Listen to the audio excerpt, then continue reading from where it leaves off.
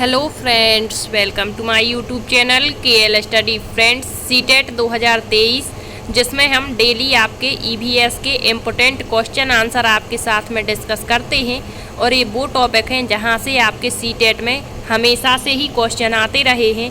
तो इससे पहले हमने आपको पशु पक्षियों के घोंसलों पर बनने वाले क्वेश्चन, इसके बाद आपके कहाँ पर कौन सा भोजन प्रसिद्ध होता है, ये क्वेश्चन हमने कर लिए हैं। तो आप उन क्लासों को देख सकते हैं। आज के सेशन में हम देखने वाले हैं मानव आवास पर बनने वाले प्रश्न, क्योंकि यहाँ से भी आपके मैचिंग वाला एक क्वेश्चन तो 100% आता ही है सीटेट में।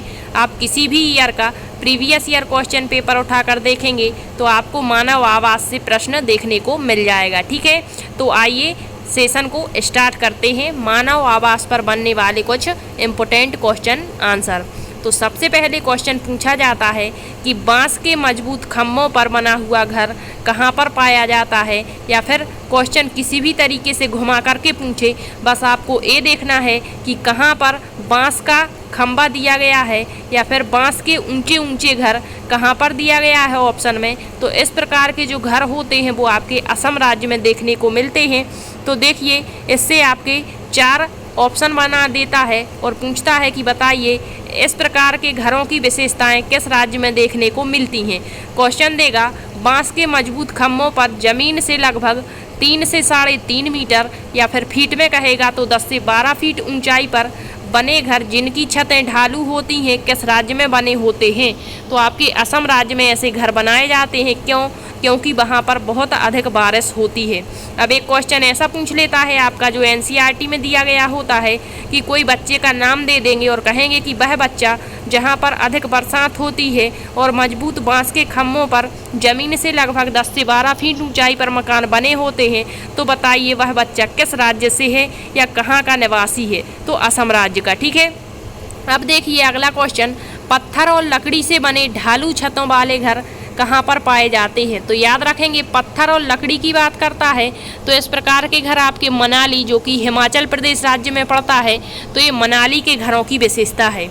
नेक्स्ट है मिट्टी के घर जिनकी छतें कटीली झाड़ियों से छाई रहती हैं एवं इनके फर्श को गोबर से लीपा जाता है, इस प्रकार के घर किस राज्य में पाए जाते हैं।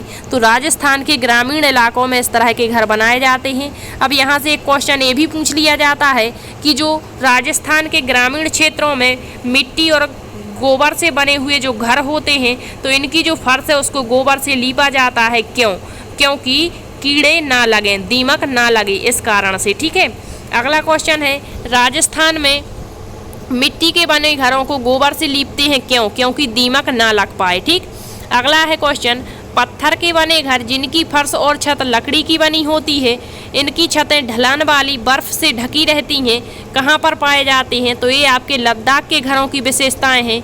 और लद्दाख के बारे में आपको पिछली बार काफ़ी डिटेल से बताया था, तो प्ले लिस्ट बनी हुई है, आप वहाँ देख सकते हैं। अब जो लद्दाख है, लद्दाख में जो है बहुत बर्फ़ जमा रहती है, तो यहाँ की छतें ढालू बनाई जाती हैं और लद्दाख में जो घर हैं वो 2 मंजिल के बनाए जाते हैं। ठीक है, तो निचली मंजिल जो होती है वहाँ पर जानवर निवास करते हैं और ऊपरी मंजिल में मनुष्य निवास करते हैं। और जब यहाँ पर बहुत गर्मी पड़ती है तो ऊपर से ठंड पड़ती है तो ऊपर से लोग नीचे रहने के लिए आ जाते हैं। ठीक है, और लद्दाख आपका एक रेगिस्तानी इलाका है, ऊबड़ खाबड़ इलाका है। नेक्स्ट है एस्किमो जनजाति जो निवास स्थान बनाते हैं उनको क्या कहा जाता है।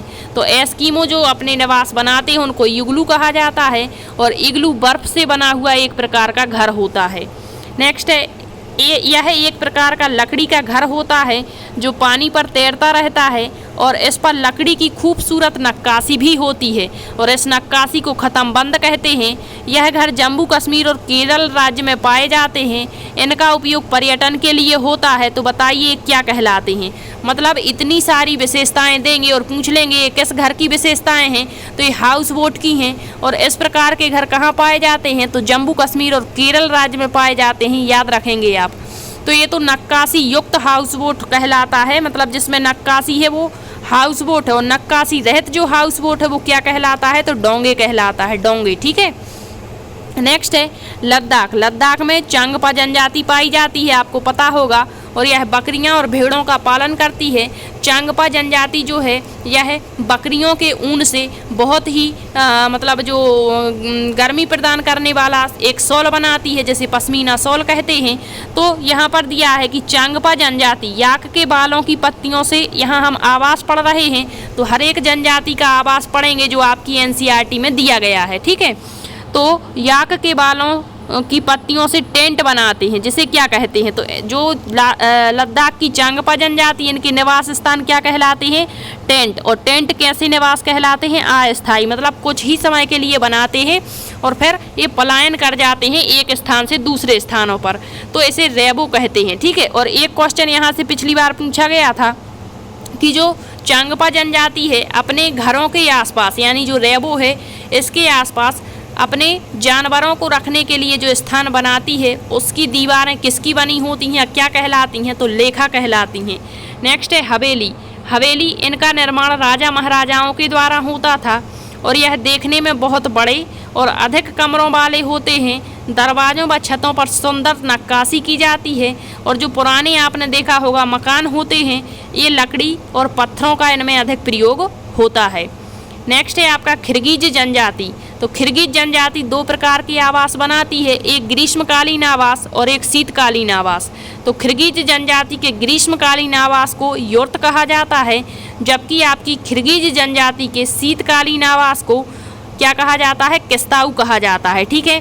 तो इतने फैक्ट आपको एनसीईआरटी के याद रखने हैं आवास के बारे में, क्योंकि यहाँ से आपके मैचिंग वाला क्वेश्चन पूछा ही जाता है। इसके बाद आपका जो अगला टॉपिक रहेगा कि कहाँ पर किस इलाके में बच्चे स्कूल जाने के लिए किस रास्ते का इस्तेमाल करते हैं। आपसे पूछेगा बैलगाड़ी का इस्तेमाल कहाँ होता है, जुगाड़ गाड़ी का स्कूल बच्चे स्कूल आने जाने के लिए किस राज्य में किया जाता है, आपकी ऊँट गाड़ी का इस्तेमाल कहाँ पर होता है, ट्रॉली का इस्तेमाल कहाँ पर किया जाता है, बच्चे ऊबड़ खाबड़ रास्तों से स्कूल जाते हैं, बताइए ये ऊबड़ खाबड़ रास्ते किस राज्य में देखने को मिलते हैं।